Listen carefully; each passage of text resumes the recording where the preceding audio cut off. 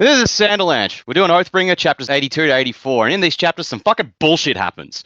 Oh, it starts promising, sure. Like, very, very nice chapter with Wit and Shallan, where Wit's a really nice guy to Shallan, and Shallan has her moment, and he helps her through. That's really nice.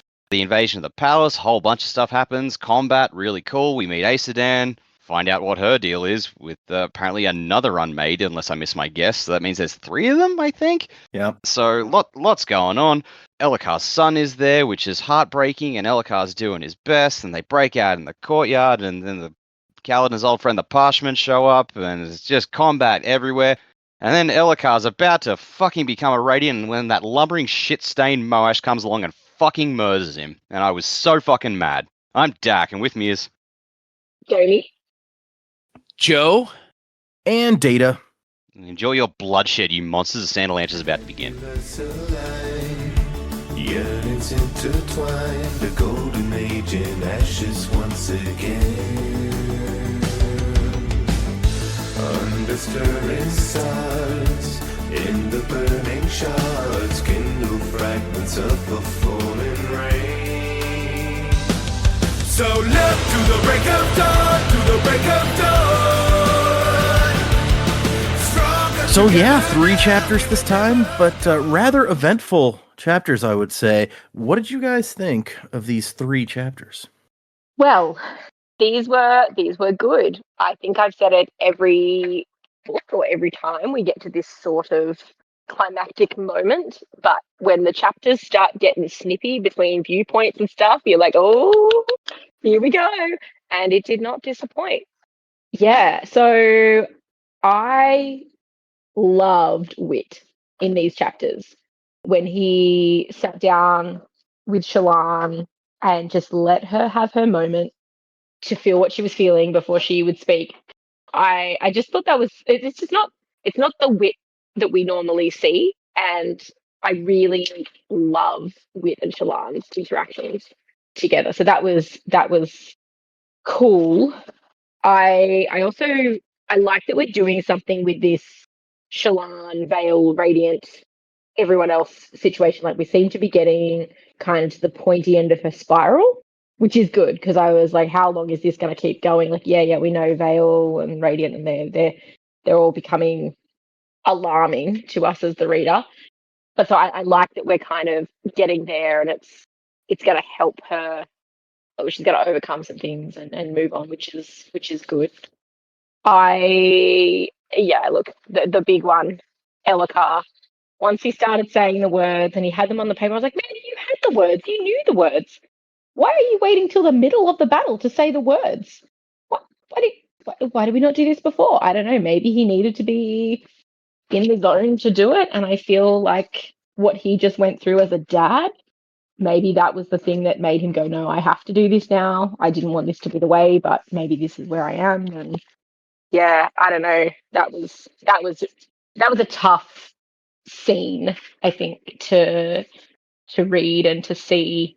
And man, that sort of stuff hits different when you're a parent, doesn't it? Like that's Yeah, rough. it That does. poor little kid. It does seem to be pretty firm that Elhakar is no longer with us. But man, I'm hoping he managed to get all his oaths in and he's just playing dead. That would be really cool. But I don't think we're actually there. What else happened? The city of Kolinar falling. I think we all were kind of on the same page that whatever was going to happen in Kolinar really had to happen in this part, and that seems to be coming to fruition, which is really good. But I certainly was holding my breath at some points in these chapters. Very, very good set of chapters to read, and I really can't wait to read the next lot and see where this is going. I guess while I'm here, sorry I've missed a couple of weeks. Pesky Wisdom Tooth had to come out, so it kind of makes it a bit difficult to have a chat to y'all. But I can't believe I missed what happened to Evie. That was terrible timing. I've been waiting and still missed it. But I will just touch on that while I'm here. I think I had managed to build up in my head that Dalinar was going to do something awful and maybe intentional that he had to forget. And I feel while her death was at his hand, it wasn't intentional, and I was kind of relieved that it was her death was collateral damage, which is not a good thing. I'm not saying it's a good thing, but I thought maybe he was going to be caught up in the thrill or something, and then in a moment of anger that he would actually cut her down with a sharp blade or something like that. And I thought this was going to be horrendous. Whilst it was still horrendous, it was horrendous in a completely different way. But I can totally see why Dalinar would want to forget that situation. So I think his flashbacks in the future are going to be really interesting, and to see sort of what now. Like, there's a select few people that know what happened to her, that actually know what happened to her, but who else knows? Does the rest of the kingdom know? Because like 11 years ago, Dalinar is really not that long ago when you think you've got 11 years and then Gavilar's death 6 years ago, or probably 7 years ago now by the time you put a bit of extra time on it. We know that Dalinar has fundamentally changed who he is, but that's not a very long period of time for the people to know the Blackthorn.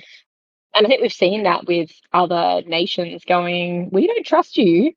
Like, you're telling us you've changed, but we know who you were. And I don't blame everyone else for being a bit scared of what he might do to them in terms of invasions and things like that. But yeah, the last 3 weeks of chapters have been pretty big. There's been a lot happening and going on. But I'm glad we finally got some answers there, and I think it'll be good to see the rest of his flashbacks to see where we go now with his journey to forget. Yeah, it's funny you say, because when we did the episode with Evie's fate, as it were, it was like we've all been waiting to see this flashback more or less. But I was like, oh, it's a shame that Jamie, because you know that she was waiting for this one. So glad that you took a second to give us your take on that. Yeah, I mean, a lot has happened. I think overall, the last kind of 3 weeks worth of chapters have been really good, and you can tell that we're kind of getting to that more climactic section, obviously of the part, but of the book. We're starting to get to that pointy end, and a few things that have just been mentioned casually, like, so we're not forgetting that, Adolin, I said something like, yeah, it felt good to stab Sadeas in the eye. True. Yeah. Just so you don't forget. Just remember, we've still got the murder plot here, and just like a few other bits and pieces that have just casually been dropped in, and I'm struggling to come up with them at the top of my head. But it's good. Brandon's doing a good job of just keeping that still in your mind, so you know that we haven't forgotten about it. It's still over here. We've got a lot of book to get through. But what does this leave us? 1 or 2 more parts of the book? Let's see. We have 2 more chapters. No, I'm sorry, 3 more chapters of part 3, and then we'll have 2 parts after that, part 4, part 5. Yeah. Okay. Yeah. So we're getting to the pointy end. Also, it's interesting. You noted that you thought maybe he'd be caught up in the thrill and do it without realizing, because we've seen that happen before, where he got all caught up and somebody had to pull him back, and he looks around and some of his own men have been killed with a shard blade. And he's like, oh, geez. So I could totally have seen that being the case. This is almost worse in a way, because while the thrill was real strong, he still kind of chose to do what he did. Oh, and I'm not saying at all that it was good or even better. It's a really weird thing to explain. Like, there was a bit of relief that it didn't happen how I'd sort of built it up to happen in my head. But at the same time, it is still awful, But I guess there's some comfort in, for me as the reader, there's some comfort in that he didn't just murder his wife. Like, while yes, he is ultimately responsible for what happened to her, and it's horrific, and when you're in that moment and he's like, well, I could hear screams from down there, and like knowing after the fact who that was, that's terrible. It is not a good way. I mean, yes, it's definitely got elements of it that are horrendously worse, but yeah, I can definitely see it being a trigger for him to change his ways, that's for sure.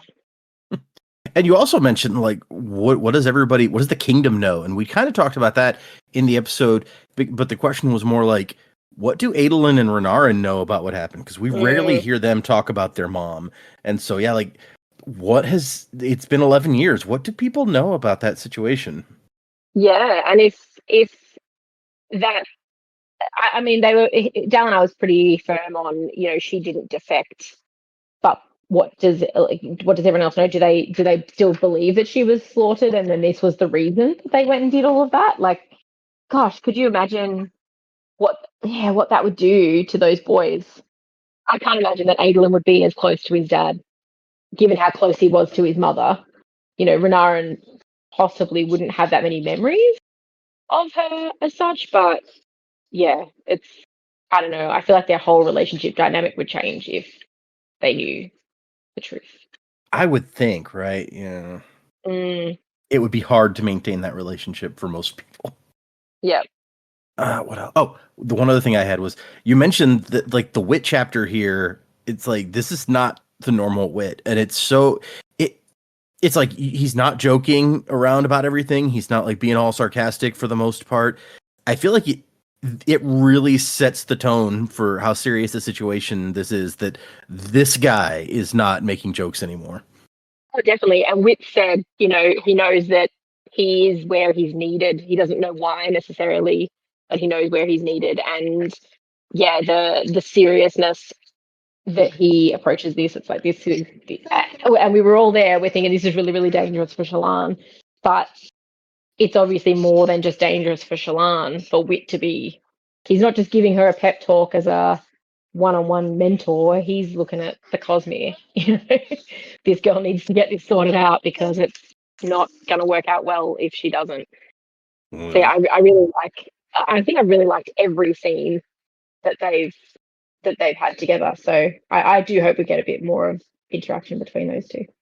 Yeah, it's an interesting relationship, different from any other one that we've seen of his, I think. Man, yeah, I would have to say, I know, Data doesn't do this on purpose a ton where he groups stuff together. He kind of just like plans out the book based on chapter lengths and reading length, and it kind of just falls where it falls. Yep, it's all math. That's not my fault. Yeah.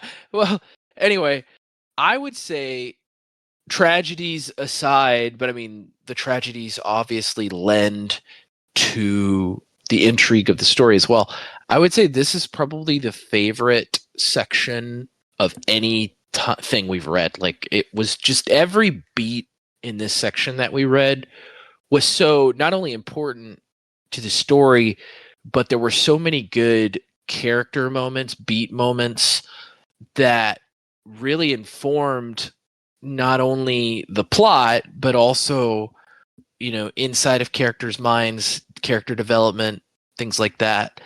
So I was it was one of those times where I had originally not intended to read everything in one sitting for this section because I've been busy, but I couldn't put it down. I was like, no, I got to keep going. I got to keep going. And we're not, that close to the end of the book. Normally that kind of got to keep going feeling hits me when we're like closer to the end and there's a lot of falling action happening and things like that. But this section really had me glued to my seat. So we'll start with the Shallan Wit stuff. Yeah, I think like Hoyd's kind of hinted that he cares about Shallan for some reason. I don't know entirely what that reason is, but he really shows it here, right? I don't know. Like he's come to Kaladin in moments that Kaladin's been in turmoil and he's kind of turned things around for him. But like Shallan is really, really in a dark place, and he comes and really lifts her out, and he's really, really inserting himself. And I think we've talked about this before. He's inserting himself more, I feel like, on this planet than any other time that we've seen him do so. Just throughout this story, he is there for important story moments, and he actually, he's not just in the background. He's talking to the characters, he's interacting with them, and he's doing something for them. So I really enjoyed that part. Yeah, and then we have the attack on the palace. Some really cool bits. It's not like, it's kind of hard, as an adult to read a book and get like chills or tingles for me when there's like some dark stuff happening. But like them assaulting the palace and then finding his wife, and then it turns out like she's basically become like a monster by inserting a gem heart into herself. Like, that's crazy. that's some dark stuff, and it was really cool. I was kind of like, whoa, this is wild. And then to so quickly move to there's another unmade on the tower, but then this unmade apparently doesn't want to work against them. Like that's such an interesting story idea to have it in the midst of this this attack on the palace and all this chaos. Really cool. Something I was actually kind of surprised by was Kaladin kind of losing it in the chaos. Normally we see Kaladin lose it, but usually it's like after a battle's over and he's sustained a lot of losses. But like he kind of loses it right in the middle, and by doing so is not able to prevent a death, Elhokar's death. So it's a little it was a little jarring to see that he kind of just like completely loses it in the middle of the battle. And I think that's because of the relationship he'd made with those Parshmen, them showing up very suddenly, and then they kill like all of his wall guard friends. It's like very traumatic moment right in the middle of the battle. And then like the Moash stuff, not only does it upset us because we knew something was leading. We knew Moash was going to be in this area. We knew that our heroes were trying to save the palace, and I think we all kind of sensed that something was going to go wrong here. But like the speed at which Moash shows up, stabs Elhokar, then is like, "Oh, hey, Kaladin, bridge for salute, bye." It's like it's so jarring and weird. Yep, it goes wrong fast when things go wrong. Yeah, and it's so jarring, it's so weird, and it's so like, what the hell, man? Like we knew it wasn't going to be good, but like again, I don't get Moash. It's like he doesn't. It's like he has no social awareness of like to kill Elhokar and then give Kaladin the bridge for salute. It's like those two things together. It's like he thinks, yeah, this is fine, this is cool, and it's just weird. But yeah, no, I really, as annoyed as I am with Moash, as upset as I am with Elhokar's death, at like he's about to finally be able to like become a hero. Like literally, he's in the middle of saying the words that will make him into a hero, and then he's killed.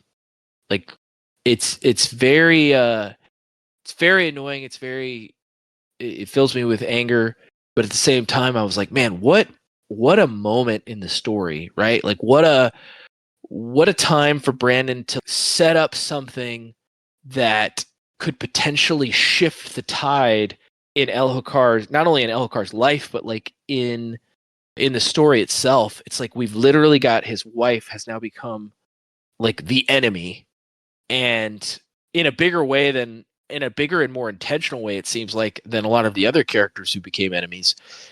And then all of a sudden he's gone. It was pretty jarring moment, pretty big moment for sure. So I think for all those reasons that I just said, this is just such an amazing section that we read. It just makes me thirsty to read the rest of it.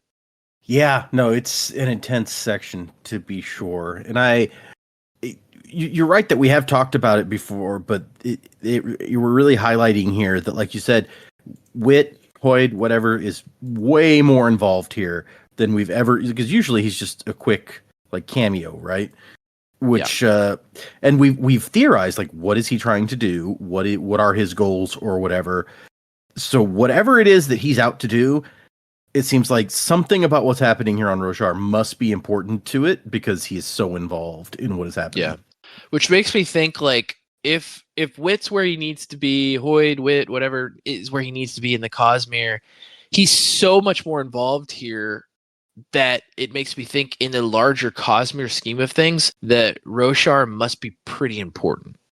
And I mean, obviously there's a lot of stuff going on here, and if I'm wrong, I'm wrong, but it seems like Brandon, and maybe at the end of the 5 books on Roshar that will change, but it seems like Brandon is setting up Odium as like a major antagonist Cosmere wide. We know that Autonomy was also what seemed like a major antagonist Cosmere wide, but like Odium also, because we really haven't heard or seen much about autonomy at all on Roshar. It's like Odium True. dominates this place as the antagonist. So yeah, it's definitely a lot of actual fingers in pies, as it were, on this planet. It seems like. So there's a couple of things that I'm going to bring out of some words of Brandon here because they're relevant to what you were going to some of the stuff you said. But somebody actually asked him, was there a good reason for Elokar to not speak his first oath earlier, or was he just plain stupid? And Brandon says he wasn't ready yet. It can take a long time, and he was hung up on his insecurities. So, or was that what Jamie asked? I forget. I've been looking at the thing. I was gonna say, so sorry to jump right in, but it's like this is the guy who has spent the entire series flagellating himself for not being good enough, and people are going, Right. "Oh, he could have just said the oath earlier. He must be an idiot."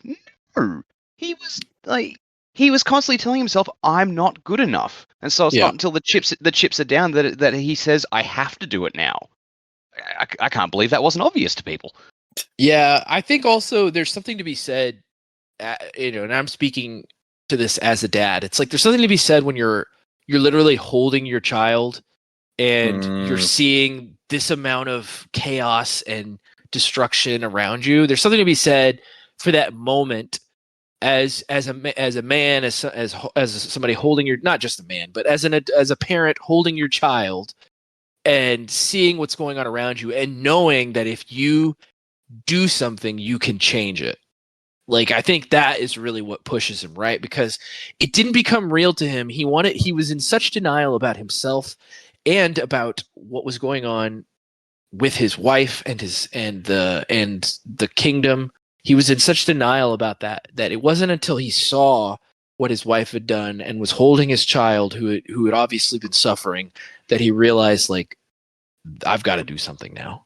It's like the time for doubts is over. It's time to do something. And I think that's another part of why this section is so tragic. It's like he finally was able to look within himself and say, like, I've got to do something. And then it was kind of taken away. It was taken away from him. Mm. And several people have asked Brandon, like, what kind of radiant would Elokar have been if he had finished this sentence? And I'm almost like, I feel like y'all haven't been paying attention to the little bitty hints that were dropped about that, because he's been seeing cryptic since apparently the first book. And Brandon did confirms, like, yes, he would be a light weaver. Yeah. He even looked at pattern in one of the last ones and was like, the pattern on your dress, I've seen that before. Mm-hmm. And I was like, haha, there it is. Yeah. Yeah. Would have been interesting to have two as well. He also, Yeah. I think that's also Yeah. like another reason he seems so interested in Shallan's power. But that brings up another good point, which I know we're kind of getting into all this in the intro, but as you know, we're talking about it. That brings up another good point, though. Like, what was his ability? Because we know that, like, Shallan's light weaving ability is heavily tied to her drawing. How would his express itself? That is something I would have liked to know. Yeah, because men aren't encouraged to, like, artistic type things in this society. Yeah. So that's a good question. Was he, like, secretly really good at drawing, or like?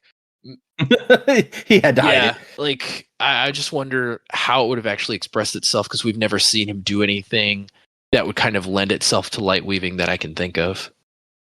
Hmm. Also, you said something interesting about it's like Moash is incapable of reading the room or something, because the salute really is, it's either like a weird misjudgment of the moment, or else it's super scummy and he's doing this intentionally. Yeah, that's my thought, right? Like, being inside Moash's head, I don't know that it's super scummy. I think he's just that, like, mentally in a weird place of, like, not understanding what's going on. It's like he thinks he can do all of this stuff and work directly against Kaladin and think, but me and Kaladin are still bros. Maybe, yeah.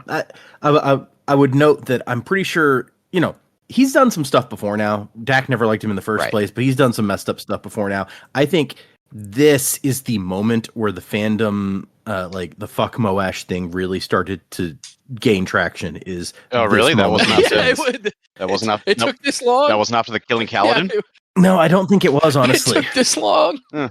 It's like, hey, bro, I know I tried to kill you unsuccessfully, and I just killed the king. But hey, Bridge Force salute, bye. We're cool, right? Oh boy. Yeah. Whew. Yeah, these chapters.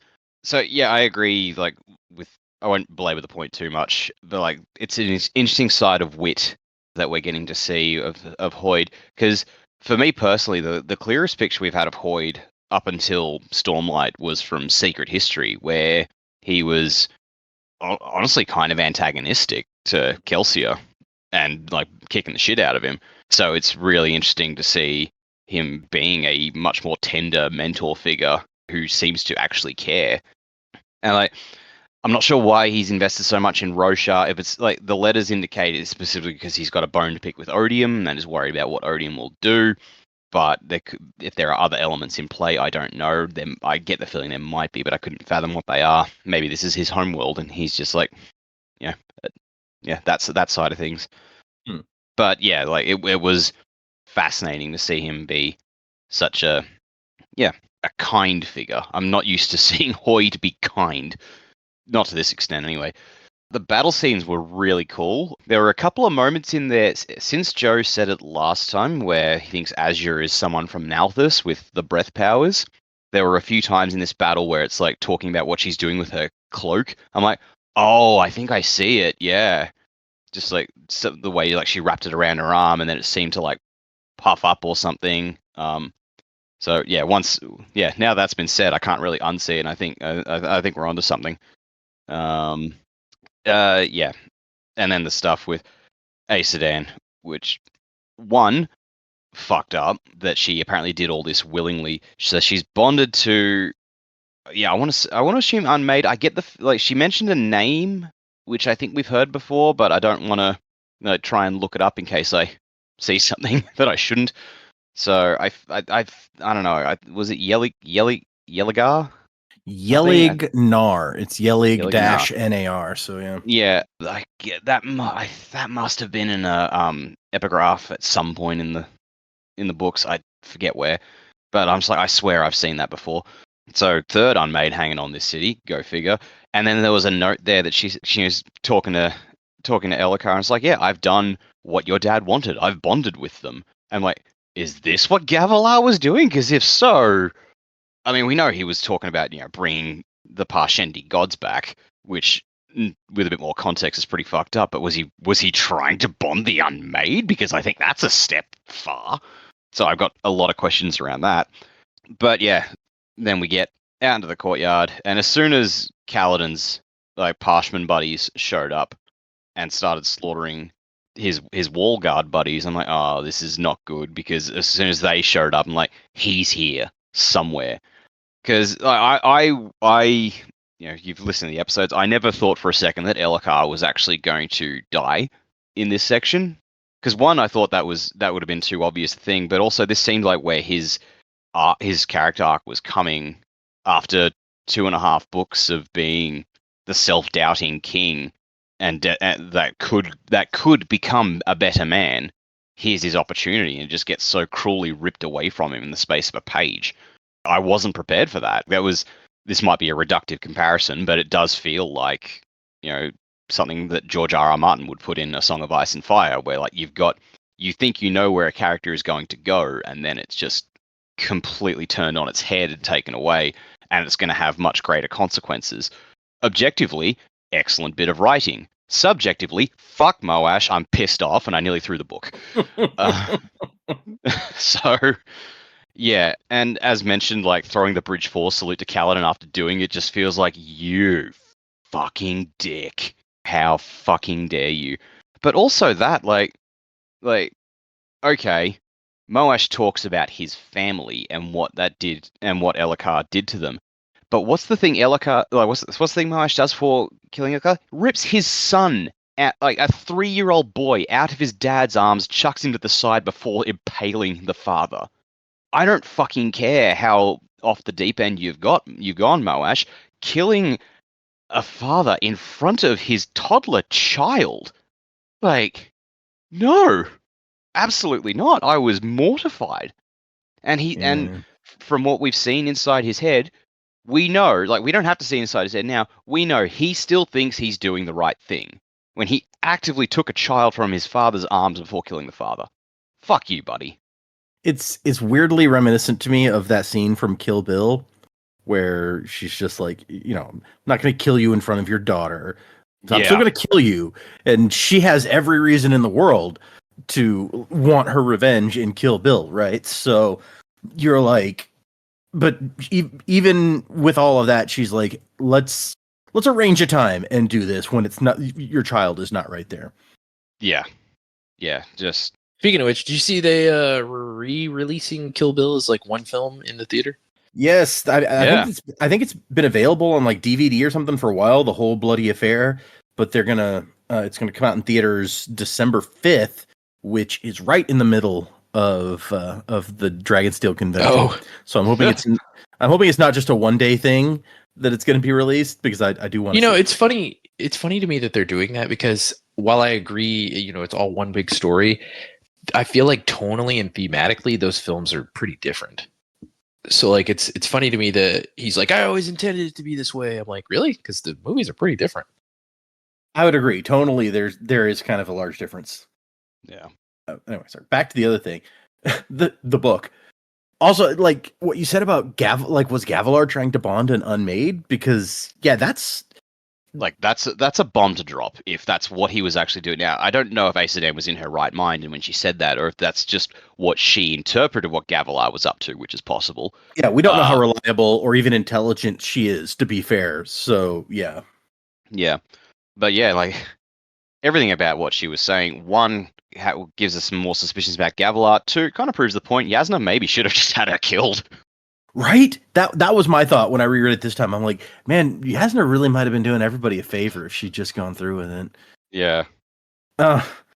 Although it does, I feel like, raise an interesting question in that. So Gavilar, if he had these plans, wasn't including his son, the next king, in his plans, but was including his wife, apparently? Well, that's the other thing. Was he including the wife, or was the wife like putting spies out there and maybe trying to be a worthy queen or something? I don't know. We don't have enough information. Yeah, fair point. Well, okay, let's get into these chapters, guys. We have 3 to cover, and the first one is The Girl Who Stood Up, which clearly, as I think Dak pointed out last time, he's like, wait, isn't that the title of that story? And it's not exactly the title of the story, but as we quickly find out here, that is 100% related as we get that story again. But first, the epigraph is, surely this will bring at long last the end to war that the heralds promised us. So they're planning on imprisoning this unmade that's giving power to the Parsh people, and they're like, surely this will finally end war. Yeah, it's a good thing that worked out. And so maybe now, did they successfully do it and it failed, or did they just fail to capture it? 2 different possibilities, I guess. Yeah, that's a good point. And we come to Shallan, who in the last section found out that all of the people she'd been trying to help, she was actually hurting, including the one kid who ends up dead because of it all. And it's just been too much. She cannot handle it. And so she's basically hiding somewhere. It said that she started cycling through faces one after another, and the people who saw her ran because they're like, oh, it's like a freaky spren. And it just kept going until her stormlight ran out. And she's sitting here picturing all the people who she's killed or that have died, because it's like her mom, her dad, Tin, Cabsal, Yalb. We remember Yalb. What a guy. Yeah. And now Grund. Good old Yalb. And she realizes, like, she's got this persona of Vale, who pretends that she's like this street smart person, but you can't like fake that experience. Shallan doesn't have that experience, so Vale doesn't actually have that experience, and it has now come to bite her. And as she's sitting there in the dark, somebody shows up. And it's just a light at first, and she can't tell who it is, but it is Wit, who comes in, he just kind of sits down. And like Jamie says, he kind of just lets her get it out. She's like, I should have known better. And he goes, yeah, maybe. Giving out so much food just drew predators. I should have focused on the Oathgate. And he's like, yep, also, maybe. I like there that he's like, he agrees with her. He's like, yeah, I mean, don't beat yourself up, but yeah, that was probably the good idea. I mean, yeah. And then he notes, he's like, oh, by the way, the thieves who killed the child have been seen too. When some of the men in the market heard what happened, they finally formed that militia they'd been talking about. And they forced the grips to give up the murderer and then disperse. You'll be happy to know some of that food you gave away was still at their base. And she's like, yeah, but is it worth a boy's life? And he's like, yeah, I can't judge that. I wouldn't even try. That woman said it would be better if I were dead. And he's like, okay, look, if I don't have the experience to decide what a life is worth, I'm pretty sure she hasn't got it either. And then you tried to help the people, and you mostly failed. The longer you live, the more you fail. Failure is the mark of a life well lived. In turn, the only way to live without failure is to be of no use to anyone. Trust me, I've practiced. Very, very deep sentiment there. I feel like I sort of agree. I agree with the sentiment, but also at the same time, it's kind of like, are you trying to make me feel better? Or worse? Like, yeah, I don't imagine that would have landed particularly well if I was in that situation. Yeah. And she says, like, oh, I pretend to be Vale, but I haven't really lived that life. And he goes, no, you've had a harsher life, haven't you? And she's like, yeah, but still somehow a naive one. And then he says, have you heard the story of the girl who looked up? And he starts telling it. It's like, the wall kept out the storms, but everyone ignored it, all but one girl who looked at it and said, and Shallan goes, why is there a wall? He's like, oh, good, you do know the story. Isn't it nice that someone other than Kaladin is getting story time with Wit? Right, yeah.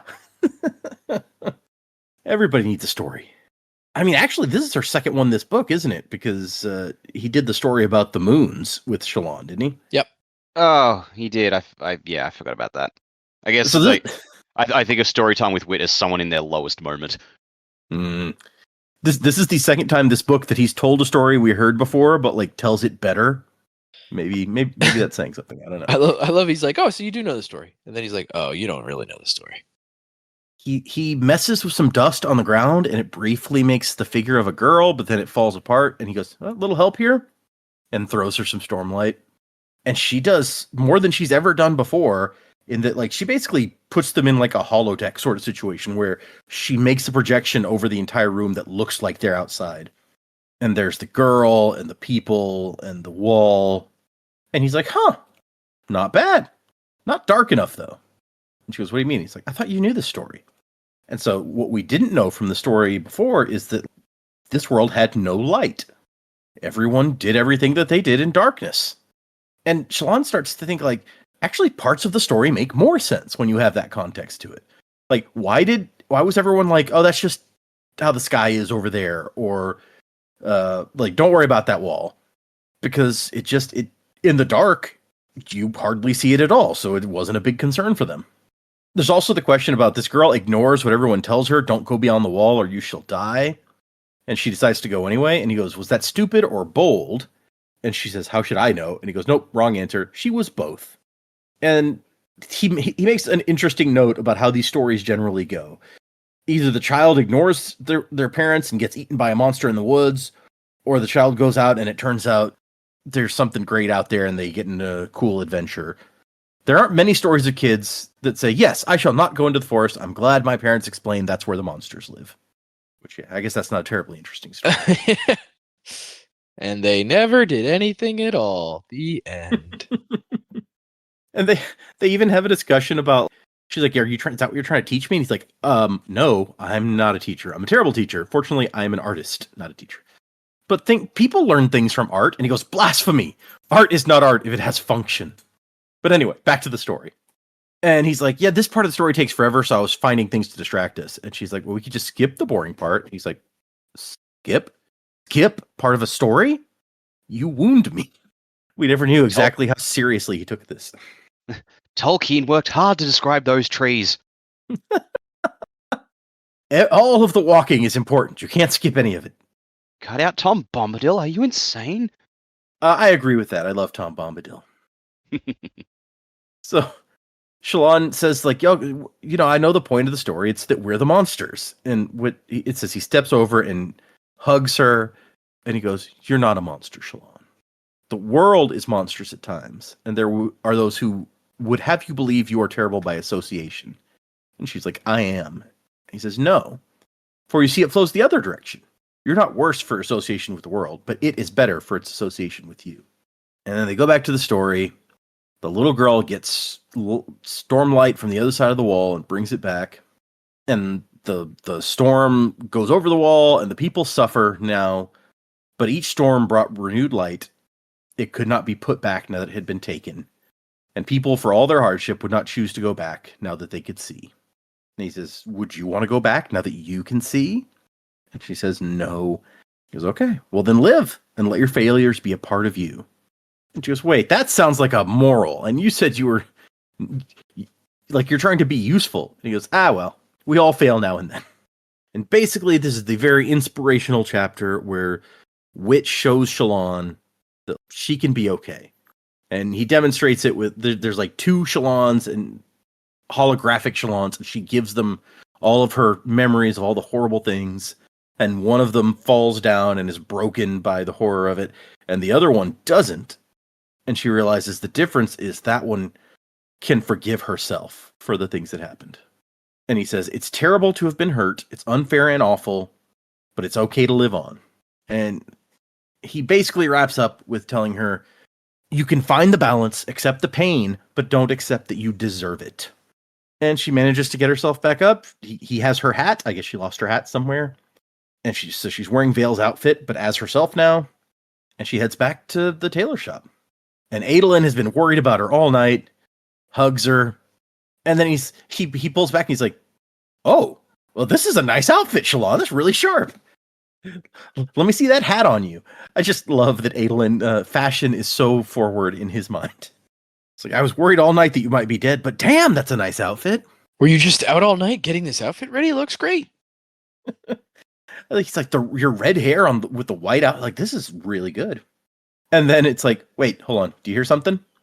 And there's a bunch of people on the move, and she's like, a parade this early? And down the street, here comes Kaladin with 500 or 600 men behind him. And Adolin's just like, of course. He's probably their leader or something by now. Storming Bridge Boy. I love that. Such a perfect moment, yeah. And she also notes that Elokar, she hears him like scrambling upstairs and coming down the steps when he sees what's coming out the window. And as they approach, here's Azure, and they see the king. And Azure's like, oh, so that's what you meant by you could provide proof that the king ordered you here. And Elokar's like, what is going on here? And Kaladin's like, well, you wanted an army to take the palace, right? Here it is. Damn, Kaladin. Crimson to Break, chapter 83. This epigraph is interesting to me. As the duly appointed keepers of the perfect gems, we of the Else Callers have taken the burden of protecting the ruby nicknamed Honor's Drop. Let it be recorded. That's very different from all the other kind of stuff that we've gotten in these. And I don't know what all it means, but it's interesting. Elsecaller is Yasna's order, isn't it? Yeah. Okay. More secrets from these people. What is a perfect gem? So we start with Adolin, who's getting ready to go. He has a conversation with his shard blade. He's like, I don't have my mother's necklace or any chicken or any of that stuff, but I guess you used to be alive? The others say they can hear you screaming if they touch you. I'm sorry that I can't help, but thank you for helping me all these years. And if it helps, I'm going to always try to do something. I'm going to try to do something good today. I'll always try to use you that way. And at least he feels better from that. Yeah, it's a nice moment. Who knows if the shard blade can hear it, but... Right? Fucking Adolin is the best. I do like Adolin. Remember when we were like, man, Adolin's the worst. Yeah, right? We were such fools. We were. Most of his personality in that first book was thinking his dad was crazy and dating women and being bad at it. So, you know. Yeah, I mean, we had to get some development. We can't be held responsible for how ridiculous he was. Yeah. His one redeeming quality in book 1 was fuck this Sadius guy. Yeah. Turned out he was bang on the money on that one. Yeah. His dad's like, no. And he's like, yes. We weren't sure in the first book which way things were going to fall with Sadius, but I think everyone was pretty suspicious of him. Yeah, fair point. Except for Dalinar, who fell for it hook, line, and sinker. I love we get a moment where he comes downstairs and Elokar is talking to Azure, and he's like, well, I guess I can't have you hanged as a usurper since you helped save the city, so good work. And she's just like, I appreciate that. Thanks. I guess. He could have worded it better. Yeah, he could have. I do love Elakar. I'm not saying he's immune from criticism. No, there's plenty to critique about Elakar for sure. Oh yeah. He is a flawed person. He can do better. And he's but trying to do better.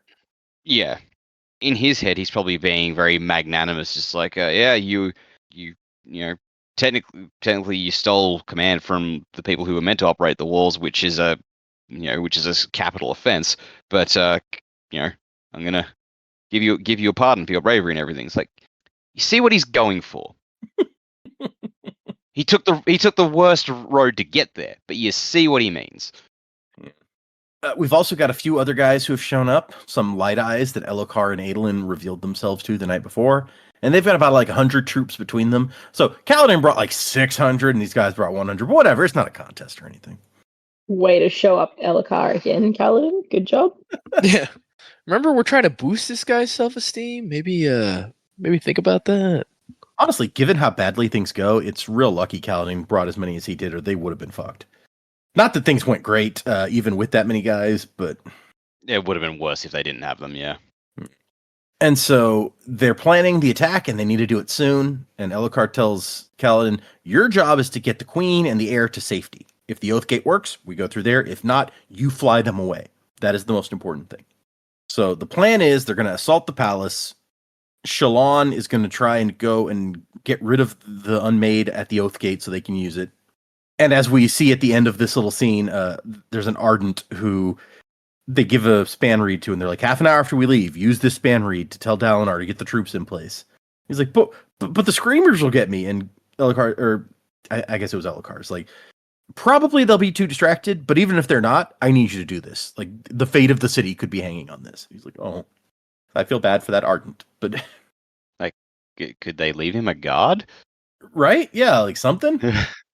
And then the drums start going, and Kaladin can tell that's the signal that the city's actually under attack. The whole army is out there, and it's on the move to attack the city. And Azure's like, if we're going to go, we got to go now. So they go. Adolin even takes a moment to tell, Yokska and her husband, hey, we're going to do what we can, but if the city falls, hopefully they won't kill you.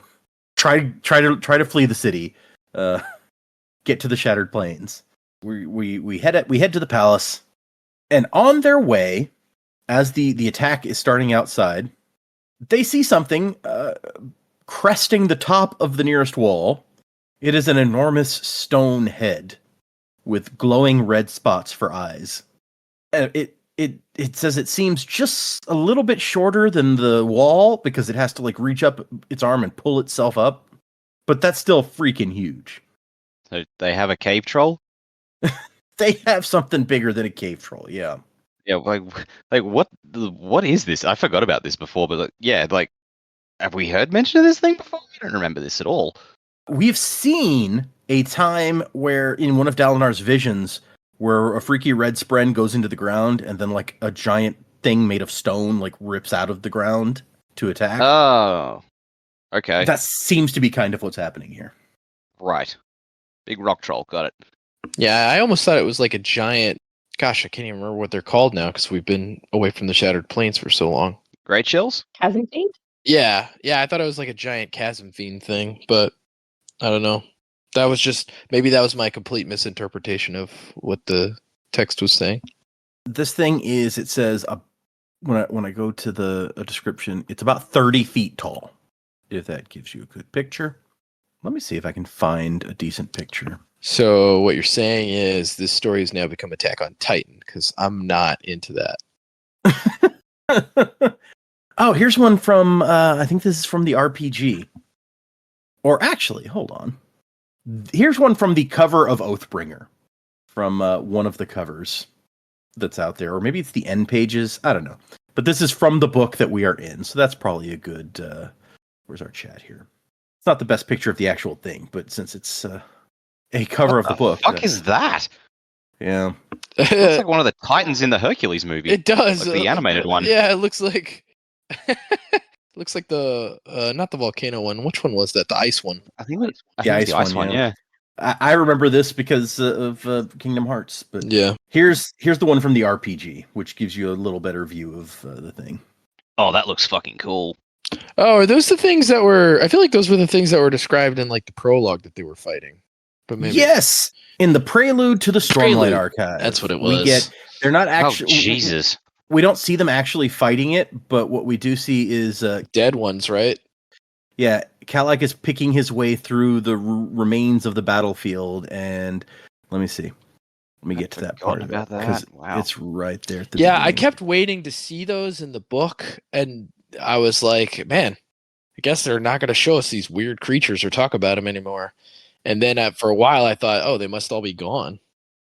It is the first sentence of the entire book. Actually, is Kalak rounded a rock stone ridge and stumbled to a stop before the body of a dying thunderclast. The enormous stone beast lay on its side, rib-like protrusions from its chest broken and cracked. It was vaguely skeletal in shape, with unnaturally long limbs sprouted from granite shoulders. The eyes deep red spots in the arrowhead face. Okay. I feel like we need to go back and read these books again. We haven't finished these ones. Yeah. Thunderclast. Yeah, that's quite a thing. So yeah, there you go. And it says it throws a rock the size of a horse at them, and Kaladin flies into the air, grabs the rock midair, and is rolling through the air with it. But I guess lashes it so it flies back at the thing. Yeah. So again, even though there's not an actual horse, Brandon has to talk about hurting a horse-sized thing. It's a rock, whatever. I mean, why compare it to a horse? It's a really big rock. What do you want him to say? I don't know, a boulder a boulder the size of a chull. Like, why you gotta say horse? I think chulls are bigger than horses. Are they? But anyway, yeah. Size of a wagon. Yeah. Yeah, okay, that could work. I was gonna say he can't say like size of a car, or Yeah, the size. I don't of know a that he's car. ever seen a cow. So I think didn't they talk about cows in this, or am I thinking of something else? I'm pretty that sure might- we've seen them eat beef before, but I don't know that he has seen a cow. Yeah. That might be a Shinovar thing. Yeah. Yeah. So yeah, this thing is like breaking through the wall, but they're like, okay, we got to keep moving to the palace. We got to get the army in here to fight that thing and all of these other people. And Kaladin, his guys, and Shallan kind of fly up into the air. They're going to try to take the Sunwalk, which leads from the palace to the Oathgate platform. So they're like, we'll come in from that way. You guys go in the front door and we'll meet in the middle. Adolin and Elokar and Azure take their shard blades and go up and start like cutting their way through the front doors. There's an interesting note that Azure's shard blade is like shorter than theirs, but also when we see her stab it into somebody, it does something very different from what theirs do. It says his eyes don't burn. His skin does turn to a strange ashen gray though as he dies. Yeah, so that sounds like taking the breath out of someone. Yeah, she literally drained the color. She did, which is actually, that is what happens when they turn a dead body into one of those. I almost said unalived. Once again, it's been too long since we were on now this, but what are they called? We just talked about this. Are you talking about like what Vasher is? No, the No, lifeless the other one in the crew. Oh, Yeah. lifeless. Yeah. Claude. Claude. Yeah. Yeah. When they make one of those lifeless, it uses the color of their own skin as the color source, and they all end up that gray color. That's right. That like slate gray. And I love Adolin's like, what the fuck is wrong with her blade? Like, why is it doing that? What the? I mean, he's not wrong. Also, like, I know the wall guard guys aren't the smartest guys, but like, surely one of them has already seen her do this. Were they not like, what the hell was that? I don't know. It says that like she uses her shard blade to scare off the fused when they come in, but they've never actually killed one before, so maybe not. Oh, I guess that's true. She's been Yeah. holding back. Could be. So I feel like this is pretty good confirmation, right? That this person's from Nalthus. Do we have a guess as to who it would be? I feel like Brandon's not going to put this person in here unless we know them already. Yeah, but I can't think of who it could be. I mean, the only person we know that's a woman that's skilled with that got skilled with the blade, at least we assume, because she went off with Vasher's Vivenna, right? Vivenna, that's who I was thinking. Yeah. You think this is I don't know. I don't see it. But I mean, I guess it's possible. But like, Yeah. I mean, we know that's- some years have passed, right? Vasher looks way different. that's true. Yeah, I mean, we did establish Vasher as a return can change how he looks pretty much at will.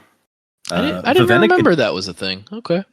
Yeah, that's how the entire book he looked like a regular dude instead of one of the big, bulky like. Oh, that's right. I just assumed that meant he could change his size. I don't know that I remembered specifically he could change the way he looked.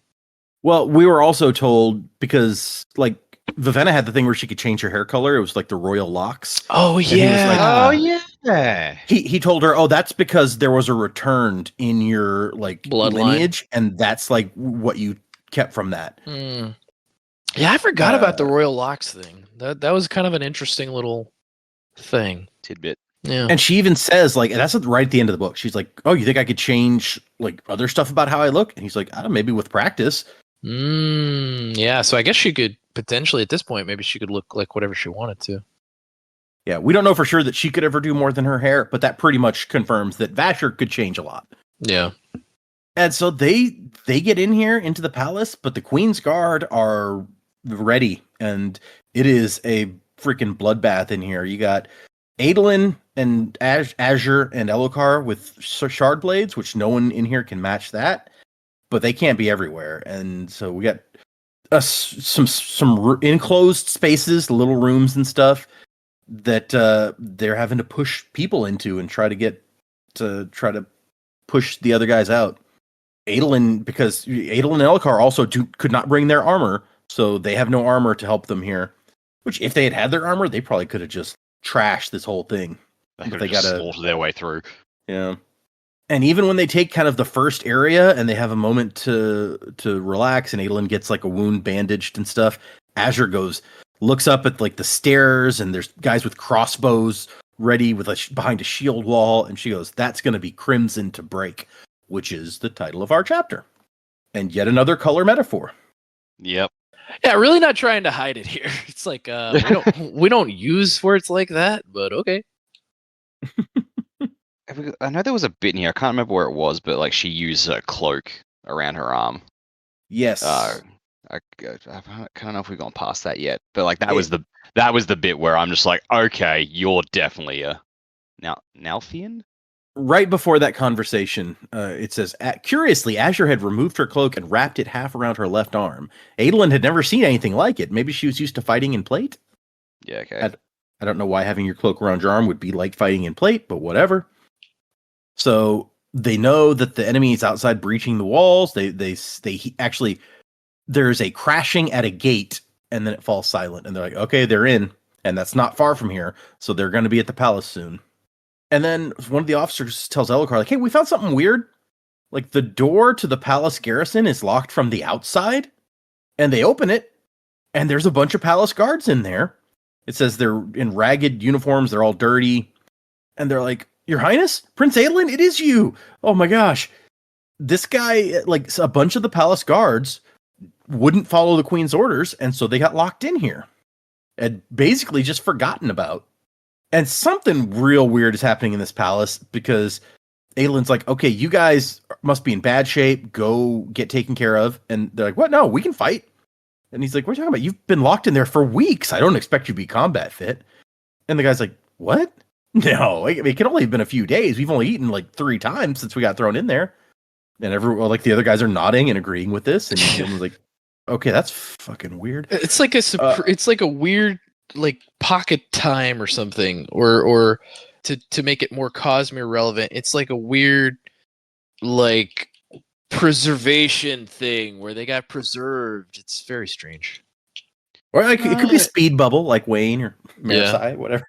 I think it's actually a thing. Like if you, and I've read other books where it's like, you know, people were trapped in a certain prison or something for years upon years and years, but they couldn't see the outside world. They couldn't see the sun. They had no idea of the passage of time. No, because they were just stuck there. They just assumed, oh yeah, like it's only been a little while. That I get, but there's other clues in this chapter that obviously something's going on. Like they go by the food, and it's like that food should definitely be rotten, but it's not. Good point. Yeah. Okay. Yeah. Point taken. Yeah, something is going on. Something weird. I mean, I could understand being like, not understanding the passage of time, but also saying we've only eaten 3 times, that's pretty specific. Yeah, he's like, we've eaten 3 times so that's why we think it's only been a few days, as opposed to like being weeks and weeks. Because being in the dark, not understanding the passage of time, it reminds. This is a very American thing because I don't know that you guys don't have. Do you guys have Law and Order in Australia? We operate on Mad Max rules. No, the show Law and Order, I assume is. That yes, that is down here. Oh, that was funny. As you remind the audience, I'm a fucking idiot sometimes. No, I mean I should have been more clear with what I was saying.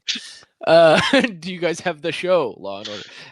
Yes, that makes it down here. There's an episode of SVU. I know this is super random, but it just made me think of it. Where he like, I think it's like the main male detective Stabler. He's like, well, that guy deserves to be in solitary confinement. And they're like, I don't know, nobody really deserves that.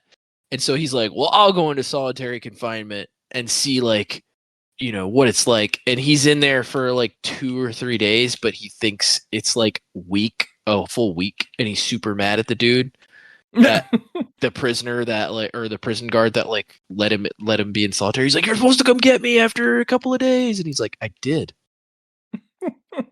I've always wondered about that. Like, solitary is supposed to be real bad. And on the one hand, I'm like, it'd be interesting to try. On the other hand, like, I don't want to horribly scar myself because I was just like, hey, wouldn't that be cool? Yeah. It's like, again, I don't know why I'm plugging him because he's a gajillionaire, but like that Mr. Beast guy, he does all those like crazy challenges. And one of them was like being buried alive for 7 days. It's like, that sounds terrible. No, not doing that. Fuck that. That Ryan Reynolds movie, Buried. That was horrifying enough. That was only 90 minutes. Yeah. Great movie though. What's that Hayden Christensen movie where he's trapped in his body during a surgery? You guys see that? It's not a good movie. No.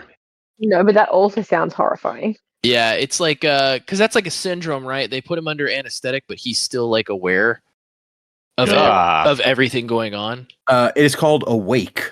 Yeah. And like it's a pretty ridiculous movie. It's like Terrence Howard is his doctor and his like best friend, but then it turns out his wife and Terrence Howard are plotting to kill him during the surgery, but he's awake so he hears their plotting. It's a ridiculous movie. Yeah, I mean the premise was horrifying. Like was already like sounds like a great premise for a movie without the murder plot going on. Yeah, it's pretty goofy. There's a great moment here where they're about to try to get out. Go through one of these other doors, and all of a sudden it just busts open, and Kaladin is floating there, all glowing, and he's like, "Oh yeah, we secured that area. You should probably send some of those troops up there to keep the Sunwalk." And then Adolin looks out onto the Sunwalk and sees all these dead people, but also the corpses of Kaladin, Scar, and Drehi. He's like, "What the?" And Shallan's like, "Yeah, some of those flying ones came in." But as soon as they thought the like glowy bridgemen were dead, they took off again. I love that. She's like, I just made some dead bodies to like look like them. It's cool. Yeah. And so part of the crew go, Shallan, Adolin, some of them go out to try to get rid of the unmade. Meanwhile, Kaladin is going to go with Elhokar to find his wife and son. But then he looks out at the city and sees like it is falling. Like the gates, multiple gates are broken open. Ladders people are pouring over the tops of the wall. But he's like, if we can fix this, if we can get the armies here, we can push them back. I feel like that would be a freaking meat grinder for the people in the city, all the innocent like refugees and stuff that are stuck here. Well, if 2 armies were battling all the way back and forth through the streets, and so they get her over there to the area where the control room is, and they see the giant heart, the mass over the top of this dome. It's this dark vein spreading like roots, pulsating. And Shallan's like, all right, I guess I'll see what I can do. And that's the end of that chapter. And then we get our last chapter for the day, The One You Can Save. And the epigraph here says, the enemy makes another push towards Feverstone Keep. I wish we knew what it was that had them so interested in that area. Could they be intent on capturing Ral Elorum? Which, if you guys remember, okay, so Feverstone Keep is the place that Dalinar sees in the vision where the Radiants give up their shards and break their oaths, right? When he took Yasna and Navani to that vision, they were like, we've tried to figure out where Feverstone Keep was in the real world, but nobody has any idea, essentially. Like, it's not, the name's not recorded anywhere they could find, and so they try to find context clues. Navani even says, like, I'm going to figure it out, even if I have to make one of these guys get down in the dirt and draw me a map of where we are. But the mention of Ral Alorum here finally gives some context for where it might be, because Ral Alorum is in the far northwest of Roshar, in, I think, what's Erie on the map. I think that's the thing I'm the worst at in reading fantasy and literature, is like looking at maps and knowing where things are. Like, I'm just not good at it. See, I love the maps, so... I wish I did. I wish I was like super into it and was like, yeah, like this is over here. But I just like, I think geography in general for me has never been like a thing. I know cardinal directions. I can give people directions if I know where I am with cardinal directions. But other than that, like, I'm not super into it. we have map. Yeah. Like, I could pinpoint anywhere in Middle Earth or Westeros, like, pretty easily. But like, That's cool. I wish I knew how to do that. But Brandon's maps, King Killer map, I struggle. Oh yeah, King Killer map. Like, I couldn't tell you where anything is. I just feel like, Yeah, he goes to this place. I know the name of it, and then he goes to the academy. I know the name of that. And... A lot of that takes place in a relatively small area when looking at that map, but it's one of the ones I have on my wall, so I know that one. not in Wise Man's Fear. He fucking travels all over the western edge, the eastern edge. Yeah, that's true. You may also remember, we've heard Ral Alorum referred to a couple other times. It's also called the City of Shadows, and it is the place that Lift grew up.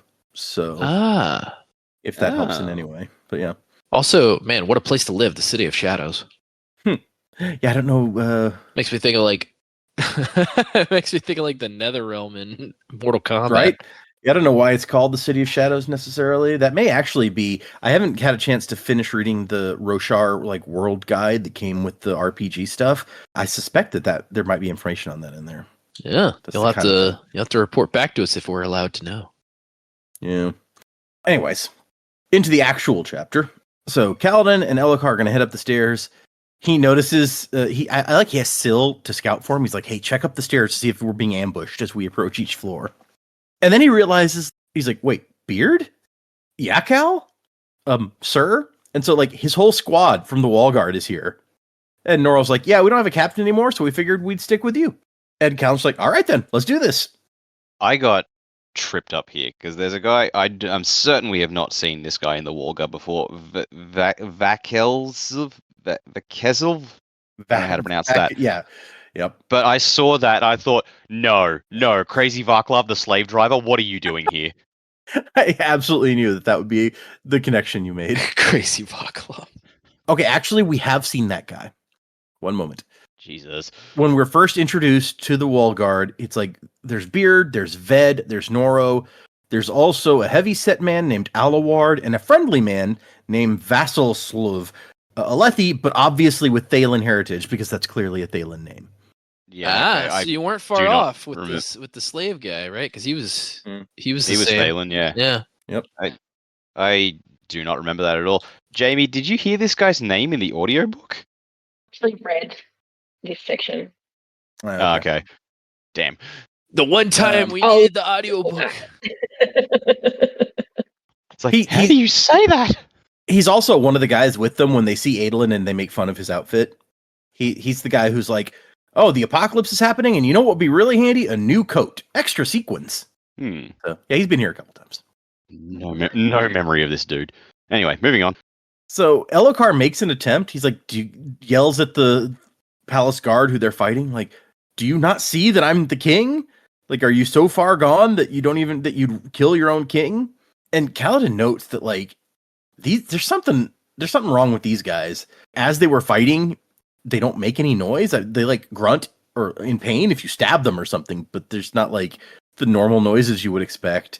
And not just that, but when Elhokar is talking to them, he's like, they barely seem to even be breathing. So yeah, something's up with these dudes. They pass through a corridor with statues of 9 heralds, not all 10 for some reason, which is another thing that we've all the way back in the prologue to Way of Kings. Seth notices the same thing, that one of the statues is missing. And then they hear a woman's voice, and Elhokar goes like, "That's her. That's my wife." And she's singing. And Kaladin's like, "Wait a second, I know that tune." I don't know that we ever find out what the tune is. Yeah, I but know. It's That familiar was to kind him. of annoying. I was like, what is it? And so Elhokar goes into the room, and Kaladin's like, "I guess I need to follow him." And then we cut back to Shallan, who is approaching the thing, and she's trying to figure out what the hell's going on with this thing. And Aelin's like, "Come on, Shallan, we gotta hurry." And so she's like, "I guess I'll try what I did with the other one." And she reaches out to touch it, and it says it tried to sweep her away, and we cut away again. This is those quick cuts Jamie was talking about, where it's like, oh, things are crazy when you start having this. And we meet Queen Asudan, who is just sitting at the vanity, it says, and singing and combing her hair. Or she's humming now. Yes, all completely normal things. Yeah. Elhokar's like, "Asudan?" And she's like, "Oh, husband, it was you, I heard. You've returned at last. Victorious over our enemies and your father avenged." And he's like, "Yeah."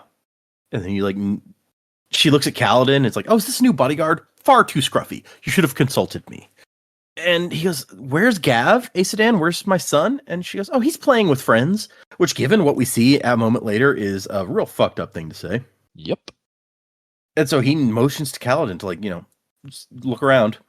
And this is where Kaladin sees lavish meals, only partially eaten, pieces of fruit with one bite taken out of them, just tons and tons of food. He's like, it should be rotten given how many decay sprint are here, but it's not. And Elhokar's over here like, "Dear one, we heard that there's been some trouble in the city." She's like, "Oh yeah, one of the Ardens tried to overthrow us, so we really should pay more attention to who joins them." And then Syl indicates to Kaladin, like, behind this dressing screen over here. And as he goes over, Elhokar's still talking, like, he says, "Asudan, you're not well. Come with me." He's like, "Not well?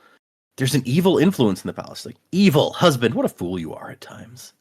And that's when Kaladin finds the little boy. It says he's like 2 or 3, trembling in the corner with his stuffed soldier. There's Spren with red glows picking at him like Kremlings at a corpse. And when he tries to turn his head, the Spren pull on his hair until he looks back up, where other Spren hover in front of his face, taking horrific shapes like horses with melting faces. Yeah, this is really not cool. So, yeah. What in the fuck? Ugh. Deeply disturbing. These are the friends that his mom says he's playing with. And Kaladin is so pissed off that he turns Syl into a dagger and stabs one of the Spren and is shocked that it actually does something. It seems to rip the thing into 1,000 tiny pieces and then it fades away. And Syl goes, like, that was horrible. Did we just kill a Spren? Syl's not too happy about it either. Yeah. And Kaladin on the other hand is like, yeah, it deserved it, if that's what we did. But she's like deeply, deeply unsettled by this, which, yeah, if Spren can't generally be killed, then as a Spren, you would probably be disturbed by seeing it happen. Bit of an existential crisis there. It's like Who Framed Roger Rabbit when he dips the shoe in the dip and kills it. Oh, Jesus. There you go. Christopher Lloyd as Odium. You know what? Maybe I can see it. He's getting real old now. Do we have any characters who are just real old? I guess, like, Taravangian may be the oldest guy that we know. What about Christopher Lloyd as Taravangian? That could be fun. That could also work. Yeah. Could throw some glasses on. I think Jeremy Irons would be a good Taravangian. Ooh, that's a good one. Yeah. Or I can see Jeremy Irons playing the Odium that we saw when Dalinar, like, with the gold, like, scepter and stuff. Well, I could see him as that instead. Yeah. That's who I was thinking of when I first mentioned Christopher Lloyd. Yeah. Yeah. Okay. Anyway, random casting mid episode. Hope you guys enjoy that. And so she tells Elhokar, like, "You're so oblivious. Your father had grand plans, but all you ever wanted to do was sit in his shadow. I continued your father's work. I found the secret. Ancient Spren. You can bond with them." Ow, honey, I have feelings. Why are you being so mean? She says that Gavilar found one of the ancient Spren, but he couldn't discover how to bond it. I solved the riddle. So she knows something about what Gavilar had going on, whether because he let her in on it or she found out, like you guys mentioned. Who knows? But yeah, I reckon she's had a lot of time in the palace without Elhokar. Would not surprise me if she'd gone all over the palace to find information or find what he was looking at. That's a good point, yeah. Yep. And then her eyes start glowing red, and Delacar's like, storms! Like, oh, damn it. And Kaladin's like, and we're out of here. Yep. And Kaladin goes, how long have you been planning this? And she goes, what, planning for my husband's return? He's like, I'm not talking to you. I'm talking to the thing behind you. Or beyond you. And she says, Yelignar serves me. Or do you speak of the Heart of Revel? Ashurtmarn has no will. He's just a force of consumption. And Elhokar picks up his son, who was scared at first, but he says something to him, and apparently I assume he's like, hey, it's me, your dad. I'm going to get you out of here. The kid won't go with Kaladin, but he lets Elhokar pick him up, so that's good. And Kaladin's just like, out. And the king's like, but, and he says, Elhokar, be a hero to the one you can save. And Elhokar's like, no, you're right, okay. And then she tells him, I've outgrown you, Elhokar. I've taken the gemstone into me and have harnessed Yelignar's power. And then black smoke starts forming around her, and Kaladin goes double time, and they head out. Yeah, that's, she turns into a freaky smoke monster. It's time to leave, for sure. This ain't lost here. Let's get out. Man, we knew something was up with her, but we were not ready for this. Yeah, no, right?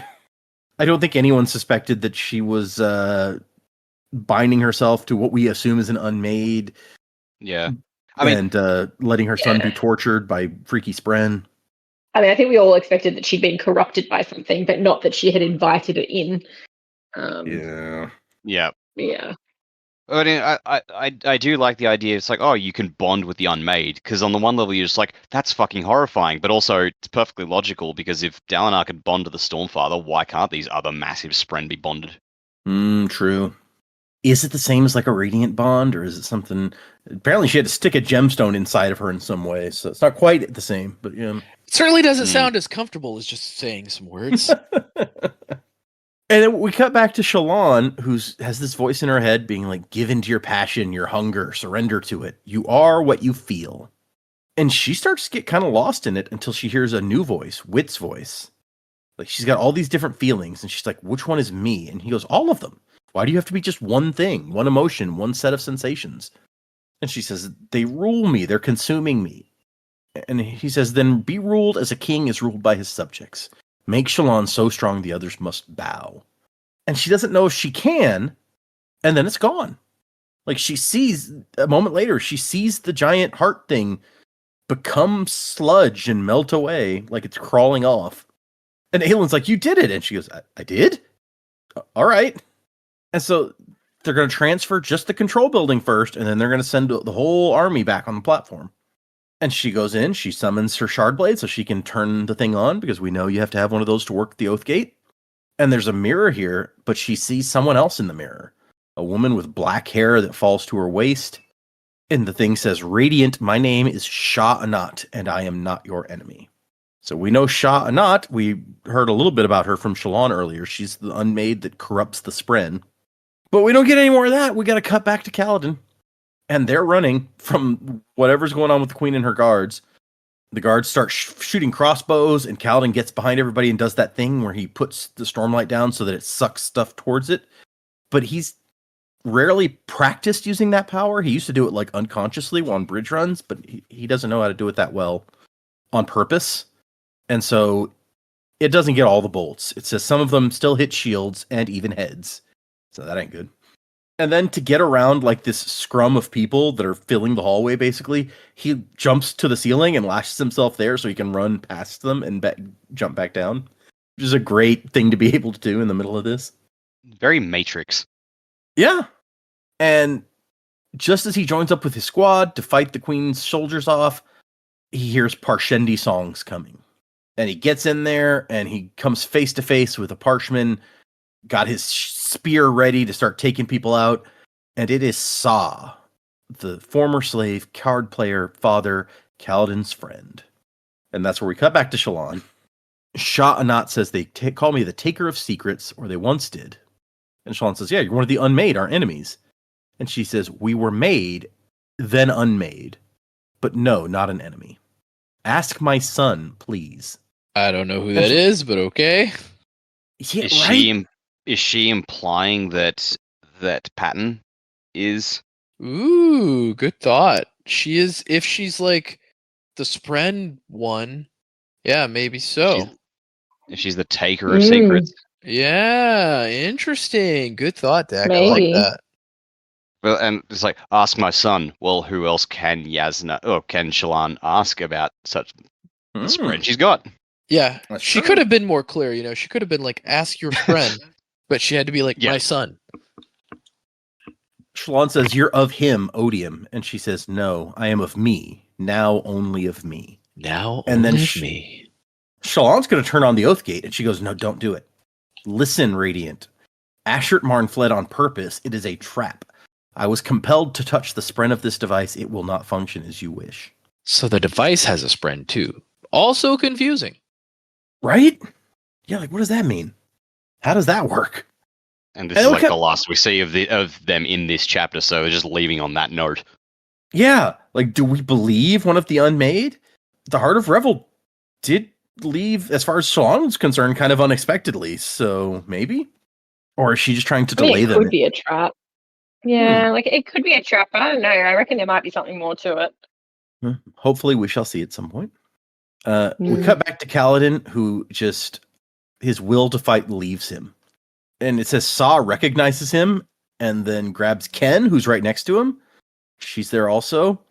And they see Kaladin and they're like, "Oh, hell no." And they take off and they go towards some other people. And he has this moment where he realizes, like, all these people are here fighting and dying. And he's always been able to see the battle as us versus them. He can kill people and still feel like he's doing what's right because they're them. But now he knows these guys. He has the guards, the wall guard that are his friends. He knows that the Queen's Guard think that they're doing what's right, following the Queen's orders. These Parshmen are just, fighting to protect those that they love. I guess he doesn't really know that they were basically forced in here as cannon fodder because of their relationship with him. But he does know that, like, they just got free and they're fighting because they want to keep their freedoms. So, like, All pawns in a much bigger battle than them. It is still us versus them. It's just you can't really see them at the moment. It's us versus us fighting us. he has empathy for every side in every group in this fight, and he can't bring himself to want to kill any of them. It's kind of Ender's gamey. Like, Ender, spoiler, at the end of the book, they're like, we needed somebody with the empathy to truly understand the enemy. But if you have that much understanding of other people, you can't kill them. So they had to trick him in order to get what they wanted in that book. And it's kind of the same way here, except there's no one to trick Kaladin into fighting. So he just locks up. He can't fight. He can't kill anyone. And because he's a Radiant sitting in the middle of the room glowing, and everyone kind of avoids him. And so he sees Saw kill Beard, and Noro kill somebody, and then Noro gets killed. Like, all these people that he knows start dying. And he's just screaming, like, "Please stop killing each other, stop!" But no one is listening. And then he sees Elokar, and he thinks, "I gotta get to Elokar, I gotta help him," because Elokar gets stabbed in the arm, I think is where that happens. And he's holding his son in one arm, and in the other he's holding a piece of paper, a sketch, the one that Shallan made of him. And it says he can see Elokar saying the words, he can practically hear it. Life before death, strength before weakness. And Kaladin's like, "Yeah, do it, Elokar, do it. Journey before," and that's as far as it goes, because out of the battle chaos comes Moash. And Kaladin's like, no, Moash, don't do it. And Moash stabs his spear through Elokar's chest, shoves him to the ground. It says, takes his foot and shoves aside the weeping child prince that Elokar was holding, puts his boot on Elokar's throat, and then puts his spear through his eye. And because Elokar was in the middle of saying the words and becoming a Radiant, he's taken in some Stormlight. And Moash, though, knows about the Stormlight, so he makes sure to keep his spear right there through the guy's eye until the light fades away. And Elokar's shard blade appears on the ground beside him. He's dead. I really, really didn't want him to be dead, but sounds like he's pretty dead. Yeah, the shard blade appearing on the ground is Yeah. a pretty good indication usually. It's a real good. Yeah. It's a real feel good moment for everybody. Yeah. No. And so it's interesting. Some people asked Brandon, like, after we knew that Elhokar was going to be a Lightweaver, we know that they don't say more oaths. They have to say truths and accept them, essentially. And so people have asked him, like, what would Elhokar's truths have been? Or at least his first one. And Brandon said that essentially he would have to admit that he wasn't a good king. Like, confront that, Yep, fair enough. So, yeah. Yeah. Also, if you guys remember, we got a little hint about another character who was on their way towards becoming a Lightweaver at one point. We did? We did. And we talked about it very briefly because, honestly, there's not much you could do about it because he was dead. But someone in Amaram's army had been drawing Oh, yeah, because whoever it was were just like, there was someone else. Though, was it Mraize's letter to Shallan saying there was another incipient radiant in Amaram's army, but they dead? Yep. And basically, we knew one person in Amaram's army who was dead at that point. Oh, shit. Tien? Yeah. Tien was on his way towards becoming a Lightweaver, in fact. Oh, man. Did you say that or call that? At one point? I don't know. We talked about it briefly when the letter was there, and I think you guys were like, well, I mean, it could be him. Yeah, okay. So, yeah, it was him. But yes, that I will confirm while we're talking about it that Brandon has said yes, Tien was on his way towards becoming a Lightweaver specifically. I guess it didn't mention Lightweaver then, but that's what he was becoming. And someone asked, like, what would his truth have been? And Brandon says, the first one I can tell you, he was going to have to acknowledge he was not the person he was trying to be, but he could be someone better. So what that means exactly, it's hard to say. Wait, are we talking about Tien or Elhokar? Tien. Okay, because that sounds like it could have applied to Elhokar. Right. And we did actually see some artistic expression from him. He made Kaladin like a little wooden horse, and it was like really incredible and detailed and stuff. Yeah, sculpting maybe was his thing. He was always looking... Wasn't he always looking at like the patterns in rocks and stuff too? Yeah. Ah, he was. Yeah. On reflection, makes total sense. Yeah. What I'm getting out of this is Lightweavers not very fortunate people. It does seem that way, huh? We've known three. One is having mental breakdown, and the other two are dead before they got a chance to become full. Yeah. Yeah, at least Tien didn't have like that Shallan history of like this horribly abusive family and stuff.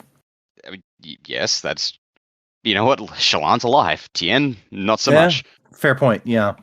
But yeah, Tien got in trouble when he made that horse because he was supposed to be making like a chair or something. So, anyway, yeah, Elhokar dead, and then Moash pulls the spear out, gives Kaladin the bridge 4 salute, and then takes off. Oh, fucking dick. Yeah, no, it's messed up. Was there something about his wrists being bound? It says he gave the bridge 4 salute, wrists tapped together, which tapped is 1 P away from being taped. So I guess I could see how that might seem, but I don't think that they're bound. No. No, okay, that's all right. I misread because I was like, for some reason I thought his wrists were tied together or something, so I could have just misread it. That would make stabbing people real hard. Well, it would, but if he had a spear, you could still, I don't know, make it work. And I was like, well, maybe the bridge 4 salute was him trying to still be on Kaladin's team, not just a big FU in his face. But no, it was a big FU in his face. But something has to happen because if there's so many people in the Sanderson fan base that are like pro Moash, even after this, there's got to be something else to Moash. I know Dak's feeling on Moash, and to be honest, I'm right there with Dak right now. No, I don't particularly rate Moash, but there's got to be something more to him. I think a lot of people still feel that he is perfectly justified in wanting his revenge on Elhokar, whether it's because he killed his family or because Elhokar is perpetuating this system that keeps a whole enormous portion of the population down because of the eye color they're born with. I think that may be the main driving force behind people being like, no, Elhokar's a tyrant, Elhokar was responsible for his family dying. Of course, Moash is justified in killing him. I don't know. You got to look at the bigger picture, man. Yeah. Well, I think you can accept that he's justified in wanting revenge for what happened to his family. Sure. But what he just did to that little boy is horrific. Yep. And you can go about things for the right reasons in a completely wrong way and not be okay. But also, is he doing things completely for the right reasons now? Like, yes, it was wrong, but Elhokar didn't do it himself. It also wasn't a personal thing. Like, you can make choices that, okay, like Dalinar, for example, he made choices that ended up killing his wife. He didn't go out to kill his wife. Does Evie's family now want revenge on, Dalinar because he did it? Like, maybe not. Understanding that not understanding it was a consequence. It was horrific. I'm not trying to minimize what happened, but it happened. It's awful. Elhokar didn't sit there and go, you know what? I'm going to go kill this guy's grandparents. Yeah, no, I agree. No, like, there's something inherently selfish in Moash's choice here as well, in that he's taking part in a battle, and he's fighting on the Parshendi side, and yes, Elhokar's a high value target for the Voidbringers anyway to take down, sure. But the fact that it's Moash who has a pre-existing bias there, and he just kind of skips through the battle, so he's avoided like taking part in other fights elsewhere where he is. He's made a beeline for Elhokar for his own reasons. Like, in this moment, I do not believe for a second that Moash gives a single shit about the Parshendi cause, the Parsh people. He's just like, oh, there's that guy, and that's all about what I want. Yep. It is all about what he wants. That's an interesting note that doesn't necessarily come through 100%, but yes, it's like he picked his way through the battle to this point, killed this one person, and then turns around and leaves this part of the battle. So yeah, like, I don't for a second think he had any way of knowing that Elhokar was here until we got to this point in the book, and his forces just happened upon the same place as Kaladin and Elhokar. But nonetheless, like, he saw his opportunity, and so he's just like, fuck everything else, fuck the cause, fuck everything else. In this moment, I'm getting what I want.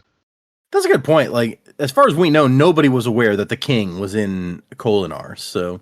Yeah, and it's like, again, I don't think, like, if the Parshendi's like, you deserted your post, and he's like, yeah, but I killed the Alethi king, they're not going to complain, because that's obviously something that they would have wanted.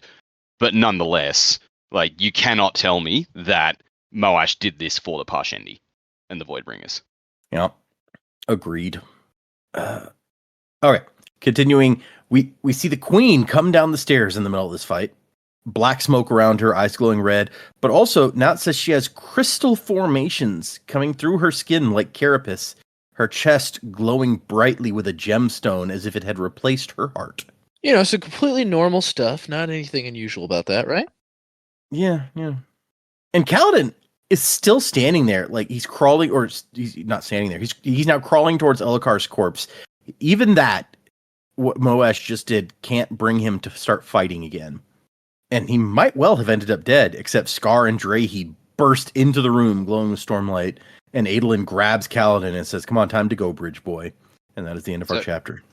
So that's interesting. They're described as twin radiants. I'm like, oh shit, did these two just say the words off screen? Are they, like, they're doing lashings, and it says they've only got spears, but have they just done what Kaladin does and turned their sprint into spears? Like, are they full radiants now? Because I'm all for it. I like these guys. This is a good question. It was Kaladin's third oath, I think, before he could make a shard blade / spear, if I remember right. So they would have had to come a long way to get from... They've all said the first one in training, but I don't think we've seen any second ones yet. So yeah. Unless it's not the same for every different person. I guess it might not be. Shallan, for instance, seemed to have a sword well before she finished doing... before she even realized what was going on. That's true. Anyway, those are the end of our chapters. Let's move into predicaments. I said 3 chapters left in this section of the book, and in part 3, and then we move into interludes. We're going to be doing 10 chapters for next time, y'all. Holy shit. That is chapters 85, 86, and 87 to finish up part 3. 5 interludes this time, not just 3 interludes. We got 5 interludes. Interludes 7 through 11, and then chapters 88 and 89 at the beginning of part 4 of the book. So let me run the titles of those chapters real quick. 85, this is probably a pretty self-explanatory given what we've just seen. Chapter 85 is called Grieve Later. Chapter 86 is called That Others May Stand. And chapter 87, the last one of part 3, is This Place. So very, very explicative. The interlude perspective characters are Venli, Mem, M-E-M, and Scheller, S-H-E-L-E-R. So one that we know and 2 that we do not. The interludes are called Envoy, Mem, True Labor Begins, Scheller, and Her Reward. And then we got 2 more chapters at the beginning of part 4, which are called Voices and Damnation. And part 4 character perspectives are decently long list here. Adolin, Shallan, Kaladin, Dalinar, Navani, Death, Taravangian, and Venli. So after all of that, predictions, what do we want? What do we think is going to happen? You're throwing a lot at us right now. I know, right? 10 chapters, 5 interludes. So the remaining few chapters, they're going to have to be still in Kolina, I think. Really, we haven't had a lot from Dalinar for a while, except for the flashbacks. So I would think that we will probably see a bit of the fallout, the aftermath of what's just happened. Plus, we've still got to finish off Shallan's activating the Oathgate, whether she can get it activated or not. If she was able to activate the Oathgate now, you get the Kholin army or the Urithiru army in. I don't think it's going to be that simple. I think there's a bit more to this unmade, and that might hinder the process. I sort of get more the feeling that Shallan will still try to activate the Oathgate rather than be deterred.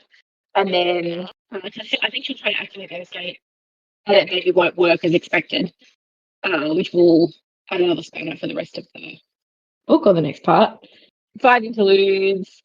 If we're following a pattern we've had before, the ones that are perspective character names are kind of one-offs. They could be anything or anyone, I don't really know. But the other 3 are going to be Venli's perspective, so we're going to get quite a lot of Pathfinder/fused information, which will probably be good. It's been a while since we've seen that, especially from Venli's perspective. And then starting the next could be anyone. Sounds like it's a shorter list of who's not a perspective character. Did you say Death was a perspective character? No, I did not say Death. That would be weird. Oh, okay. Who was it? From part 4 or from the interludes? Part 4. Okay, so Seth, that might have been what I heard. Okay, it sounded like Death, and I was like, whoa, wow. It just got weird. Okay, did Marsh show up or yeah?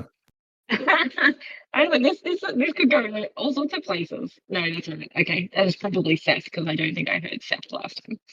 That makes more sense given the story that we're currently reading. Starting a new part could go anywhere. Don't really know. Predictions. Really, the one that I was gonna go with this week was that I thought Asher might have been Vivenna, because those clues were definitely starting to add up with where that character is from. So I don't know whether they're pointing specifically to Vivenna, but we kind of talked earlier about who else could it be, and I was thinking Vivenna. So, but we've already spoken about that. So yeah, I think this sword might be it looks like a shard blade enough that it would pass, but it's not. Obviously, it's not functioning the same way. So I was thinking that it might be another attempt. It's not like a normal blade from memory, but it could be another attempt at a shard blade. But yeah, that's really all that I had coming out of these chapters. So I think the most interesting possibility that could go along with that would be if this is another attempt to like awaken a blade and like they did with Nightblood. We know that when you awaken something, you have to give it a command. It does the thing. Nightblood was awakened with the command "Destroy Evil." So if we've awakened another sword, what kind of command do?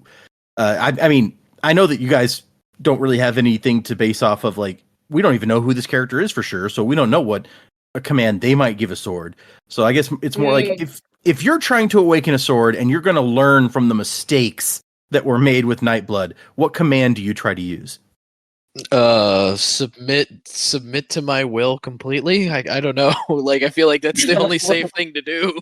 Yeah, I mean, because like something like destroy evil, it's like, well, what does it determine is evil? Like, you have to be something that's pretty clear cut, straightforward. Act like a sword. Do sword things. Yeah, collect All right. breath for me. Like, I don't know. Okay, okay, I'm okay with this. Gosh, so many chapters. I'm not even gonna attempt chapter titles this week. That's too much going on. It was a lot. But man, definitely excited to see how this part concludes.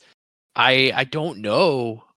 Like, I'm kind of scared for our protagonists here because of the events that have just unfolded. Kaladin's kind of in shock at this point, right? He's I had hoped that we were kind of done with this self-imposed doubt of like, what am I supposed to do after he became a Radiant. I thought that would kind of hopefully end a little bit, but now I feel like it's flared up heavily to the point of like immobilizing him, right? And we just gotten through Shallan kind of figuring herself out a little bit at least, and kind of had some good direction for her. So I'm a little disappointed that now, just as we kind of overcome that hurdle and kind of understand maybe the personalities a bit more and know that maybe it's not as big of a threat as we thought it was going to be, now we've got to deal with Kaladin going through something as well. And so, man, these characters can't catch a break, can they? They've lost Elhokar now. They're trying to figure out this Oathgate thing, but there's an unmade like interloper. So what does that look like? If they can't use the Oathgate, they can't retake Kholinar. The main person who wanted to retake Kholinar, which, Adolin wanted to retake it as well, but the main person who wanted to retake it was Elhokar. Elhokar's now dead. So I mean, I would guess that at this point, unless they're going to work with this unmade some more in the city, they may just flee. Because really, what is the strategic point of having Kholinar specifically, besides having another Oathgate access to be able to transport troops back and forth? What's the strategic plan of having it, especially when they know that the enemy is concentrated so heavily there? So I think they may just have to abandon it, unfortunately. That may be the end of the part where they're just like, we can't do anything else here. We got to go. And so, kind of what those reverberations will be for the other characters back in Urithiru, I don't know. But what does that mean for the greater alliance organization, right? We've still got this person in waiting, Taravangian, who's going to spring a trap at some point as well that we have to think about. Is that going to come to a head at the end of this part, or is that saved for maybe the end of the next part? There's a lot of book to go still, so there's a lot of things that could potentially happen. But I think what we're going to see is an abandonment of Kholinar for sure, unless the Unmade somehow pulls out some kind of trump card for them to use, and then we have this other enemy in Elhokar's former wife. I mean, I guess former wife only because he's dead, but like widow. Widow. Although I don't think she's going to be too upset about it. And so yeah, I don't know what this is going to mean. Is Kholinar now going to be a stronghold for evil? Was it her plan? Was Elhokar's wife's plan to let the Voidbringers win? Is she now on kind of that side? Because it seems like her people were fighting them too, maybe. So it's kind of hard to tell like what is going to unfold there. Is she going to be overthrown? Is she going to be killed very easily? Is she going to be brought into the fold? Like, what does that look like going forward? I don't know. But yeah, I don't have a ton of predicaments outside of some like, overarching story stuff that we've talked about in the past. I just, I would say that we've got a lot of book to go, and things look pretty unsure for our heroes at the end of this section we've just read. So we do have a decent amount of books still to go. Let me see. We are now 65% of the way, so almost 2/3 of the way through the book. And we have 12 episodes left after this one in this book. So still a long way to go. 12 episodes. How many? Do we have a book that took us 12 episodes to get through? Yes, Bands of Mourning took us 12 episodes to do. So we still have a whole Bands of Mourning in this book. But yeah, it's interesting to what you bring up about Elikar's wife, because yeah, it seems like she's probably a bad guy now, and one who is bonded with an unmade or something. So potentially a real powerful bad guy to have to face, depending on like what her goal is. Because yeah, is she friends with the other bad guys? Do they kill her? Yeah, we have no idea. And it was kind of a weird coincidence that she did this at this exact moment. Maybe she was waiting for them to invade before she did the thing, or because from the time Elokar starts talking to her to the last time we see her, she changes rather drastically. Good questions for the future, but who knows? I too don't really have a lot to predict this week between the emotionally exhausting events of these chapters and the absolute bevy of chapters we've got coming up for us in the next section. I don't really know too much.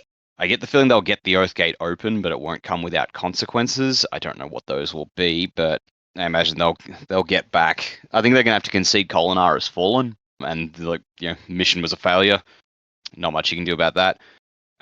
It doesn't say it, but I assume that Kaladin is going to make sure that if he's incapable of doing it himself, he's going to make sure Adolin picks up little Gavinor. Was that his name? Gavinor is his name. It says, hold on, that a member of the Queen's Guard grabs Gavinor and carries him away. Okay, I missed that. My bad. Disregard. I was going to say, they get Gavinor back and he becomes a pawn in the games playing, because he's effectively now a child king. But oh goody, the bad guys have him. That's fucked. Yeah, that is horrifying. So I guess Dalinar's got the. Oh wait, no, he was going to abdicate, wasn't he? He was going to become king of Uruthi. Does that mean Adolin is now the heir apparent? Adolin would be next in line, I believe, based on what we've been told. Have they announced the intentions for Dalinar yet? Because if that hasn't been announced, then maybe Dalinar could still step into that. That's true. I think they were keeping that a secret so far, yeah. Yeah, okay. So that might be a spanner. Yeah, you don't really want to be king of something that you don't own anymore. Hey, like for Adolin, if the city's fallen, it's like, cool, you're now king of that place. Enjoy that, yeah. Yeah, you are now king. Your seat has been overrun. Bye. Enjoy, yeah. Good luck.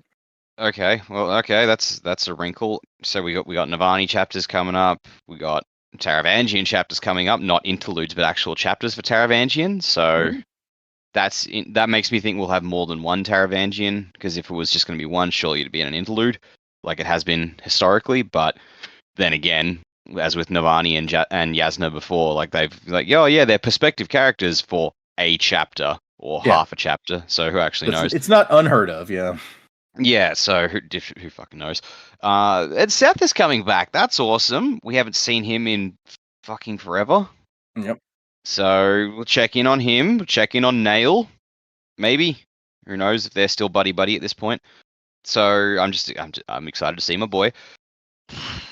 Oh yeah, Venli. So I assume that if Venli's got a couple of interludes, that's going to be after they've pulled out of, like, the Alethi have pulled out of Kolinar and left it to the Voidbringers, and so like one of those titles is all about her reward or something. So Vanley's going to get some kind of a shift. Maybe I don't know. Like, she won't get possessed by a fuse because that kills their personality entirely. I feel like this is before part 4, and you said there's a part 5. So I think there'll be another Venli interlude between 4 and 5. So that would say she's not going to die of a fused incursion right now. Fair. But some shit's gonna happen. I wonder if it's got anything to do with that little glowy sprint she took out of the chasm. I got no idea. Shit's crazy, yo. That's a pretty good descriptor of how things been going. Shit's crazy, yo. Yeah, yep. 100%. They'll come back through the Oathgate, and I was like, "Hey guys, how'd the quest to relieve Kolinar go? Failed. Where's Elokar? Dead. Well, what about his wife? Possessed by an unmade? Oh." Oh. Yeah. Actually, no, that was something else I was going to say. If Taravangian has been tracking the unmade, did he know about, like, this concentration of fucking 3 of them hanging out in the one spot? Right, yeah, that seems like the kind of thing that if he's keeping on top of this stuff, he should have known for sure. Yeah. Maybe that was that's part of his machination. It's like, well, let's let that play out because that's going to destabilize the Colin family position. And I dare say that it will. Yeah. Especially now that given that it resulted in Elokar's death, among other things. Yeah. yeah. That tends to destabilize when the king gets murdered and such. Mm-hmm. But yeah, so what you said about Venli, I hadn't thought about it that way, but it makes some good logical sense. Venli has been our recurring perspective character in the interludes so far. So since there's at least one more set of interludes, it seems like she will probably survive at least that long. Yeah, that's a safe assumption, just based on the pattern of the previous books. Yeah. So, that's cool. So many chapters for next time that it's and you hope. I mean, we don't have Yasna as a perspective character, which I'm always looking out for Yasna. But you hope with how long it's been since we've seen Seth or Taravangian really much for that matter, that to get some like juicy bits of them if they're going to be perspective characters in part 4. Yeah. But I guess we shall find out. Just interesting that like after this whole book, now Seth comes back. Right? Yeah. Why would that be? What has he been up to, this Seth fellow? Presumably hanging out with Nail, but like you said, we don't know for sure that that's even still a thing. They might have split. That would be a heck of a bit of development to happen off screen, I guess. But wouldn't be the He's first going to time. turn up just to spook Taravangian. boo, made you flinch. No, now that Seth is not like restricted by his oath stone, I don't know that Taravangian would last long if they met up. Taravangian is fair game. Do it, Seth. I mean, if he's dedicated to following the law now or whatever, maybe he'd have to find a crime. But I mean, Taravangian ordered a bunch of executions through Seth, so that probably counts. He has intimate knowledge of Taravangian's crimes. No one's gonna cry foul. Yeah, you're probably right. Okay, we're running long today. Let's do a couple of quick emails, and then we have one new patron, Joe. So if you could grab your list of that would be good. The first one is one we've been saving for a bit because it was questions for Jamie specifically. This one is from K, just the letter K. It says, "Hi there, Sanderlanche crew. I have a question or 3 for Jamie. Uh-oh. You've told us previously that you've not read much or any fantasy before the podcast journey. So how has your journey been in that regard? And how are you liking it?" We'll stop there. That's the first question. So I have read Sansa. That's it. I have not picked up any other fantasy genre books. Harry Potter. But I'm okay. Yeah, I read Harry Potter. I read that a very, very long time ago. I sort of forget that it's also in the genre. No, I really like it. I think my biggest issue at the moment is just time to be able to sit down and read. I don't get a lot of free time, unfortunately. But yeah, I definitely will pick up some more and have a read. To be fair, I'm also not reading a hell of a lot in what I would normally read at the moment either. I've got a couple of things that I've gone through, but nothing like this. But I really like it, so I'm definitely not out. Well, that goes right with you answered the second question. Have you considered reading other fantasy stories now that you've tried some? So we'll move to the third one. If time was not an issue, what books would you like to read or read more of? Oh, if time was not an issue, I think I would. I actually probably like to read a lot of the books that Jack likes to read, which probably falls into the fantasy stuff, just so we can talk about them. Oh. He's very passionate about the Dresden Files and Kingkiller Chronicles and all that sort of stuff. And I would like to be able to read that to be like, this is important to you, and I now know about it. That's sweet. Yeah. Well, I'm a sweet person. Cheers. I have always said that you enjoy the Dresden Files because you've been into crime fiction, and Dresden has a lot of that element too.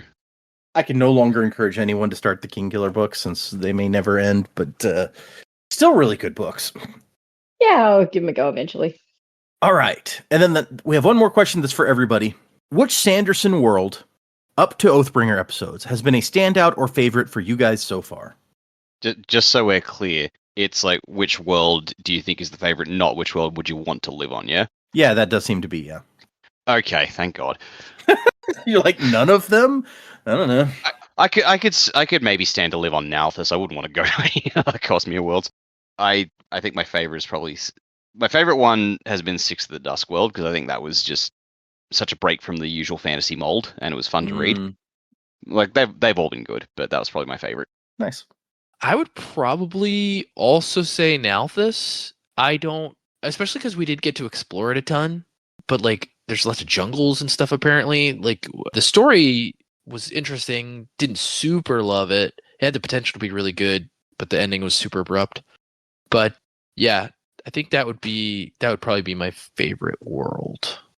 I really like Roshar. I think the world building that goes into it being such a huge story, I think I've just got a really like clear picture in my mind's eye, and whether it's accurate or not, I don't know, but it feels more complete. Like I know when we first started, I was like, there is nothing in here that is familiar. But as we read on, it's starting to feel more familiar. So I think it's just built really, really well. But yeah, if we were going to go visit somewhere, I think I like now the tropical coastal kind of feel. Yeah. And all the colours, and it's bright, and I mean, yeah, it had you know what? I probably still wouldn't want to visit. Honestly, they've all got their problems, but I liked it. I thought it was a bit different, a bit fun. It does seem like a decent vacation sort of spot. Sunny, nice. There's restaurants there in Titalier or whatever, so I could see that. Yeah, if I could go and not have any of the crazy stuff happen to me. Yeah, sure. No wars while you're there for sure. Yeah, Correct. I think my favorite planet personally is still Scadrial. It's definitely would not want to live there. Although Era 2 is not so bad, but I just like it. Okay, let's do 2 more short-ish emails, but because their content is somewhat related. This first one is from Anthony. It says it's entitled Horses. Hey, Sanderlanche podcast. I've been listening for a few years and have been wanting to write in for a while, but haven't for whatever reason.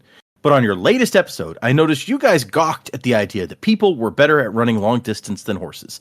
I am here to say that this is, in fact, a true fact. In fact, humans can outrun most animals given time. Most animals are designed for a quick burst of speed in order to secure prey. Humans evolved a unique hunting style of just chasing animals until they passed out from exhaustion. To specifically note, horses can run 20 to 30 miles a day, maybe up to 40 given good conditions and training, while even a relatively new long-distance runner can do a marathon, 26 miles, in only a few hours. Anyway, that's all I had. I just left an image of my Spotify review below, and they did leave an image of a 5-star review. So thank you, Anthony, for calling us out. I don't know what kind of human being you are, but I'm not running a marathon. I'll tell you that right now. No. Hey, you know what? You must be a pewter arm because you can run a long way. A thug, if you will. Nice. The second email is slightly related, but this one requires me to tell a bit of a story. So I was listening to There's Always Another Podcast, which I do on occasion, and I enjoy their coverage to see how they do stuff differently from us. But something happened on that show that I was just like, I can't not write in and say something about this. So they read The 11th Metal recently, which they really did not like. Wow. They loved Alamancer Jack, by the way, but in the Pits of Eltania short story, did not like 11th Metal at all. So, but one of the things in there is, you guys probably don't remember, it's been so very, very long since we read the 11th Metal. But it starts out with Kelsier. Mare had that picture of the flower, and Kelsier is trying to reproduce it. And so he's holding a picture that he's drawn of this flower, and he's just like, oh, this is not quite right. And so in the show, they're like, wait a second, that picture of a flower that he gave Vin wasn't really the one that Mare had? Kelsier was like grifting Vin and us this whole time by lying about where that picture came from? One of the hosts on that show was like just especially upset that he'd been lied to all of this time, thinking that picture was really Mare's picture when it was something that Kelsier had drawn based on a picture. And they revisited that a lot of times in the episode. And so I was like, look, I wrote into them and I was like, I cannot let such outrageous slander stand that Kelsier's grifting Vin the whole time. The picture that Kelsier gives Vin in the Final Empire is not what he was creating in the 11th Metal, because it specifically says Doxin found this picture in Mare's possessions after they were captured and gave it to Kelsier when he came back to town.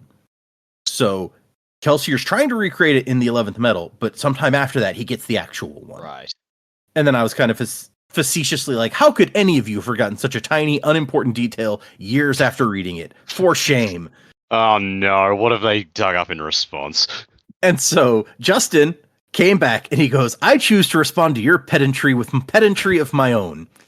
In your latest episode, you were highly skeptical of the comment about human runners being faster than going on by horse. But this is actually a real thing. It starts around marathon distance where human runners are at least competitive against horses, and the effect increases as the distance goes up above that and the terrain gets tougher. Hard to say if the particular route to the rift would qualify, since we don't know for sure exactly what it was like, but it's not unreasonable to think it could. Also, you're coming up to the moment I've mentioned before on our show where I literally put down the book mid-page, pointed at it, and said out loud, I fucking know who you are, in reference to a particular character's identity. Looking forward to your ride through Oathbringer, from Justin. So, I can only assume he means Azure there. that is a distinct possibility, given that we've just been talking about who Azure is, and that's one. It could be somebody coming up soon, I guess. We might meet somebody else who's like, I know who you are. In fact, I think we will meet somebody else that I can say I know who you are, if I'm remembering right. Okay. Anyway. But the real question is, do you know why they're sad?